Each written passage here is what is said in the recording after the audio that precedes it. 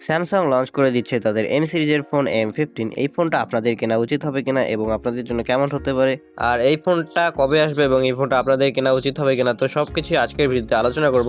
আর এই ফোনটার বেসিক কিছু আলোচনা করা হবে এই ভিডিওতে।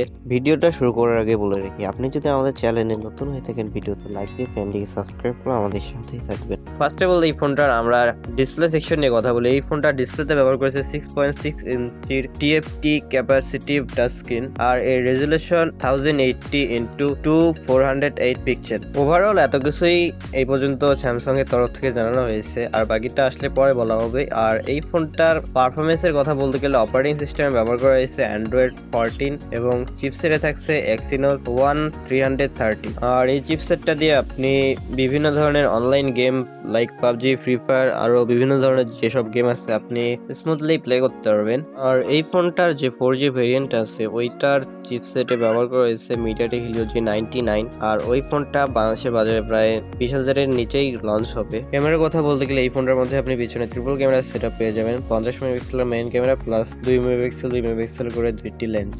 আর এই ক্যামেরাটা দিয়ে আপনি 1080p 30fps এ ভিডিও রেকর্ডিং করতে পারবেন। এই ফোনটার পিছনে আপনি LED ফ্ল্যাশ প্যানোরামা পেয়ে যাবেন। এই ফোনটার সেলফি ক্যামেরার কথা বলতে গেলে আপনি সামনে 13 মেগাপিক্সেলের সিঙ্গেল সেলফি ক্যামেরা পেয়ে যাবেন, আর এই ক্যামেরাটার মধ্যেও আপনি 1080p 30fps এ ভিডিও রেকর্ডিং করতে পারবেন। এই ফোনটার কিছু কানেক্টিভিটির কথা বলতে গেলে এই ফোনটার মধ্যে আপনি 5G সাপোর্টের সাথে সাথেই ব্লুটুথ 5.2 GPS এবং USB Type-C 2.0 সাপোর্টও পেয়ে যাবেন। আর এই ফোনটার সেন্সরে থাকছে অ্যাক্সেলেরোমিটার, জাইরো, প্রক্সিমেট্রি, কম্পাস এবং সাইড মাউন্টেন ফিঙ্গারপ্রিন্ট সেন্সর। আর এই ফোনটার আপনি যদি ব্যাটারি ব্যাকআপের কথা বলতে যান তাহলে এই ফোনটার মধ্যে আপনি 6000 mAh এর লিথিয়াম পলিমার বিগ ব্যাটারি পেয়ে যাবেন, যার মাধ্যমে আপনি অনায়াসে 2 দিনের মতন ব্যাটারি ব্যাকআপ পেয়ে যাবেন। আর এই ফোনটার ব্যাটারির মধ্যে আপনি চার্জ করার জন্য যে চার্জারটা ওইটা আপনাকে আলাদাভাবে কিনতে হবে, ইনবক্সে কোনো চার্জার পাবেন না। আর এই ফোনটা আপনি সিঙ্গেল ভাবেই পেয়ে যাবেন কোনো ব্যাটারি চার্জার ছাড়াই, আর আপনাকে আলাদাভাবে ব্যাটারি চার্জার কিনতে হবে। এই ফোনটার স্টোরেজের কথা বলতে গেলে আপাতত এই ফোনটার মধ্যে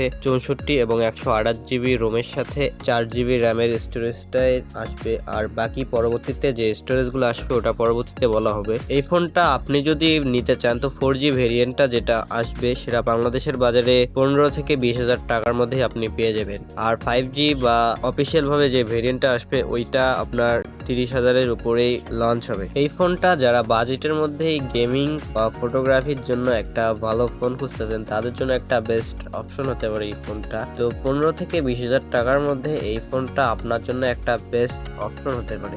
আর এই ফোনটা এখন পর্যন্ত ফুল স্পেসিফিকেশন বলা হয়নি। এই ফোনটার ফুল রিভিউ পেতে আমাদের চ্যানেলটিকে সাবস্ক্রাইব করে পাশে থাকা বেল আইকনটিকে বাজিয়ে রাখবেন। তো আজকের মতো বিদায় নিচ্ছে, এতটুকুই ভিডিওটা। তো ভিডিওটা ভালো লাগলে ভিডিওতে একটা লাইক দিয়ে রাখবেন। তো দেখা হবে আপনাদের সাথে পরবর্তী অন্য কোনো ভিডিওতে।